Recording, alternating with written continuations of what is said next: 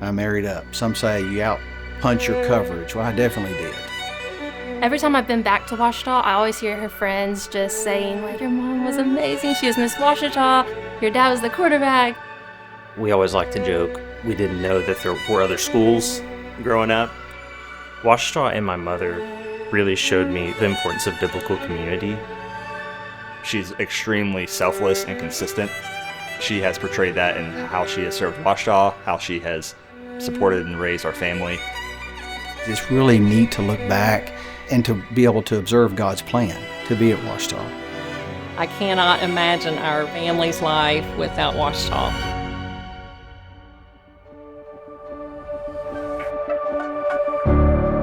I grew up going to choir camp as a child at Ouachita. Grew up in the Baptist church.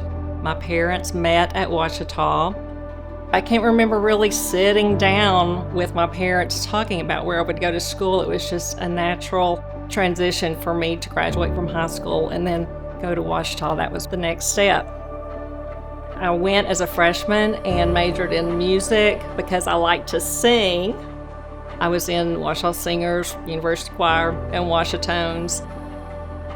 You learn so much more going to college than just what you learn in the classroom. The professors knew who we were. They knew us on a personal level, and you could go sit in their office and just glean wisdom from them, and they always made time for you. They want you to carry your faith into the working world, and that's one of the reasons we wanted our children to be there also. When I was a sophomore and Scott was a freshman, we had one of the Bible classes together. The next year, I asked him on a twerk date. She came up and we just started talking. She was dark complected. She had a tan from the summer, and so I was in awe.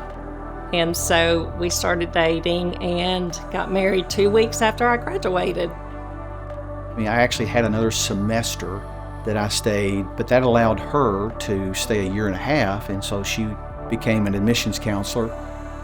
Just coming off of 4 years of a wonderful experience in school myself, it was easy for me to tell others about how wonderful Ouachita was. And we made a choice as a couple early on that she would commit herself to raising our children. I had the privilege of doing that, and we ended up having 4 children. Once Scott and I left Ouachita, we kept coming back. And then it became a family tradition that we always went to Ouachita homecoming, never missed Tiger Tunes, and my kids were more excited about it than we were probably.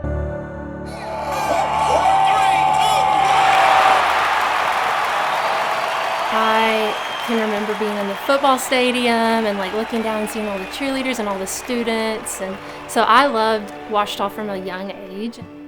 We would make it a priority whether we lived 3 hours away, 8 hours away. We were going to go see Tiger Tunes, go to the home football game. Ouachita to us was home. One of the reasons Scott and I wanted to send our children to Ouachita is because during that time our faith was strengthened, and we wanted that for our children as well.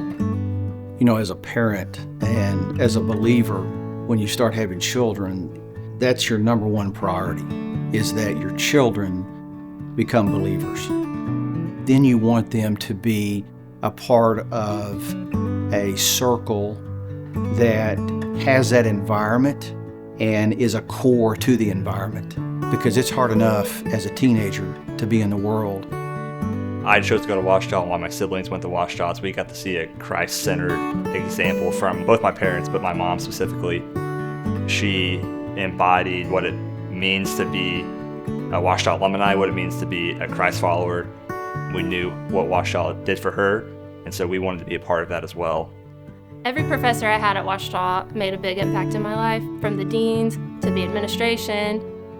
Ouachita and my mother really showed me the importance of biblical community. Me and my wife are plugged in our church. We volunteer, we lead a D group, and that's something that we took away from Ouachita. I now know why my parents felt strongly about me going to Ouachita. after I sent my own kids there because I knew where they were going, to a place that put Christ in the center of anything that they decided to do. And you don't have to be a pastor, you don't have to be a missionary to come out of Ouachita. You're still going to have that solid foundation. What Ouachita stands for hasn't changed. And as a parent and grandparent, and I want my grandkids to go there, I don't want that to change. We're a close family anyway, but now we're all Ouachita alumni. It's just added another dimension to our relationship that's just super special. That's that legacy of Ouachita that will stay in our family for a long time. My mom has the uncanny ability to see things beyond what they are at face value. She's taught me a lot, and I say that because she does that with people too. She sees what they are before they even can see it themselves. A lot of times, I think that's how the Lord sees us. I think that's what a good college sees in its students, is their potential, not who they are as 18-year-old kids, or the ability to see who they could be. And she's passed that on to me. Can't put a price on that.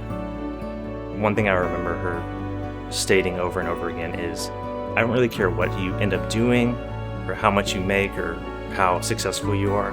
As long as you're kind to people, you're a success in my book for a son. She and I teach a young couples class at church. Last week's lesson was being humble and having humility, and this week was about contentment. Those two lessons, that embodies who Christine is.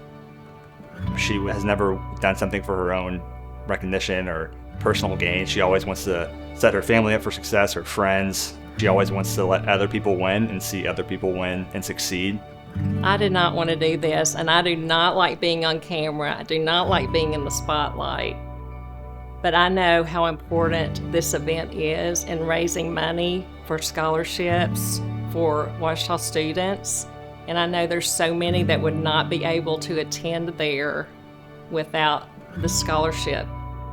Somebody did that for us. Somebody sent in a donation to help send us to school.